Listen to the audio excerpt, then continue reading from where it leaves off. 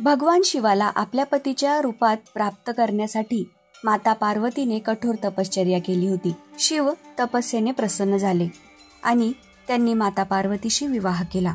असे म्हणतात की ज्या ठिकाणी माता पार्वतीने तपश्चर्या केली ती जागा आज केदारनाथ जवळील गौरीकुंड आहे. तपस्या संपल्यानंतर देवी पार्वतीने भगवान शिव यांच्याशी काशीत विवाह करू असा प्रस्ताव ठेवला, ज्याचा भगवान शिवाने स्वीकार केला. पण शिव पार्वतीचा विवाह हा कोणत्या ठिकाणी झाला हे जाणून घेऊ आजच्या या व्हिडिओच्या माध्यमातून. नमस्कार, स्वागत आहे आपलं संपूर्ण धार्मिक या युट्यूब चॅनलमध्ये. जेव्हा महादेवाने माता पार्वती समवेत विवाहाचा प्रस्ताव स्वीकारला तेव्हा पार्वतीचे वडील हिमालयराज यांनी विवाहाची तयारी सुरू केली. महादेवाचा विवाह उत्तराखंडमध्ये रुद्रप्रयाग जिल्ह्यात झाला. भगवान शिव आणि माता पार्वती यांचा ज्या ठिकाणी विवाह झाला ते ठिकाण आज रुद्रप्रयाग येथील त्रियुगी नारायण मंदिर म्हणून ओळखले जाते. असं म्हणतात की या दोघांचा विवाह याच गावात झाला होता तेव्हा हे हिमवतची राजधानी होती. सर्व देशातून अनेक लोक त्रियुगी नारायण मंदिरामध्ये संतती प्राप्तीच्या मनोकामनेसाठी येतात. दरवर्षी सप्टेंबर महिन्यात द्वादशीच्या दिवशी इथे एक मोठा मेळा देखील भरतो. त्रियुगी नारायण मंदिरात भगवान विष्णू आणि देवी लक्ष्मीचे देखील मंदिर आहे, जे शिव पार्वतीचे विवाहस्थान असल्याचे म्हटले जाते. या मंदिराच्या प्रांगणात अशा बऱ्याच आश्चर्यकारक गोष्टी आहेत ज्यावरून ही जागा महादेव आणि पार्वतीच्या विवाहाचे प्रतीक असल्याचे दिसून येते. या मंदिरामध्ये ब्रह्मकुंड आणि विष्णुकुंड आहेत. असे म्हणतात की ब्रह्मा हे शिव पार्वती यांच्या विवाहामध्ये पुजारी होते.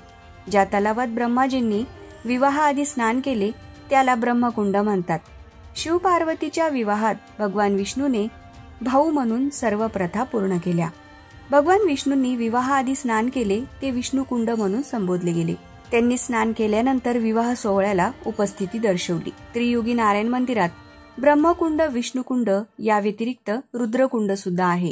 सर्व देवी देवतांनी भगवान शिव आणि माता पार्वती यांच्या विवाहाला हजेरी लावली. लग्न समारंभात सामील होण्यापूर्वी त्यांनी रुद्रकुंडात स्नान केले.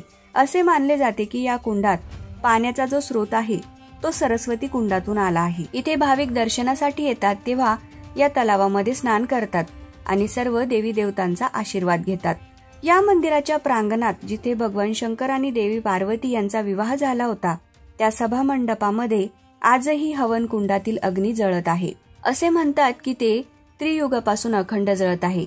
त्याला त्रियुगी नारायण मंदिराचा अखंड धुनी असेही म्हटले जाते. भगवान शिव आणि माता पार्वती यांनी या अग्निभोवती 7 फेऱ्या मारल्या होत्या. बरेच लोक अग्निकुंडाची राख घरी नेतात. असे म्हटले जाते की राख एकत्र ठेवल्यास वैवाहिक जीवनात कोणतीही समस्या उद्भवत नाही. भगवान शिव आणि माता पार्वती यांच्या विवाहाच्या वेळी ज्या ठिकाणी ते बसले होते ते ठिकाण सुद्धा पाहायला मिळते. तसेच महादेवांना विवाहामध्ये एक गाय मिळाली होती आणि या मंदिरामध्ये जो स्तंभ आहे त्या ठिकाणी ती गाय बांधली होती. तो स्तंभ आजही तिथे आहे. गौरीकुंड या मंदिरापासून काही अंतरावर आहे. असे म्हणतात की देवी पार्वतीने या ठिकाणी तपस्या केली होती, त्यामुळे हिवाळ्यातही गौरीकुंडाचे पाणी नेहमी गरमच असते. हिमालयाच्या पायथ्याशी 2000 मीटर उंचीवर या मंदिरामध्ये भगवान शिव आणि माता पार्वती यांचा विवाह झाला होता. या मंदिरात दरवर्षी 200हून अधिक विवाह आयोजित होतात. असे मानले जाते की या मंदिरात अग्निप्रदक्षिणा केल्याने पती पत्नी जन्मजन्मांतरीचे सहचर होतात. पूर्वी फक्त आजूबाजूच्या गावातील लोकच विवाहासाठी येत होते, परंतु आता देश विदेशातून लोक या ठिकाणी विवाहासाठी येतात आणि एका दिवसात फक्त या ठिकाणी 3च विवाह लावण्याची व्यवस्था आहे. या मंदिराच्या महात्म्याचे वर्णन पुराणात सुद्धा आढळते. पुजाऱ्यांच्या म्हणण्यानुसार ही अग्नी येथे युगानुयुगापासून तेवत आहे, त्यामुळे हे स्थान अत्यंत पवित्र झाले आहे. या ठिकाणी जे कुंड आहेत त्यामध्ये जे ब्रह्मकुंड आहे आणि रुद्रकुंड आहे त्या कुंडांमध्ये स्नान केले जाते. त्यानंतर विष्णुकुंडाच्या पाण्याचे आचमन केले जाते, ते आंतरिक शुद्धीसाठी. नंतर विष्णुकुंडाच्या जवळच म्हणजे बाजूलाच नारद कुंड आहे. या नारद कुंडाच्या ठिकाणी जवच्या पिठापासून पिंड बनवले जातात आणि पिंडदान केले जाते. त्यानंतर सर्वात वरती आहे सरस्वती कुंड. या ठिकाणी जव आणि तीळ याद्वारा पितृतर्पण केले जाते. मंदिराच्या प्रांगणामध्ये महालक्ष यज्ञकुंड आहे आणि ते फक्त यज्ञाच्या वेळीच उघडले जाते. 108 ब्राह्मणांद्वारा 18 दिवस या ठिकाणी यज्ञ होतो. या ठिकाणी सर्व कुंड दिसतात, पण 2 कुंड अदृश्य रूपामध्ये आहेत.